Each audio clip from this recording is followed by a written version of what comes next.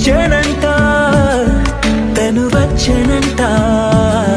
హే అయ్యంటే మరి నేను అర్థము తెలుసు నిన్న మొన్న అరే అయ్యంటే ఇక తానను శబ్దము ఎద చెబుతుంటే విన్నా అయ్యో నాకెదురై ఐరావతమే నేలకి పంపిన తెలికలువై తను విచ్చనంట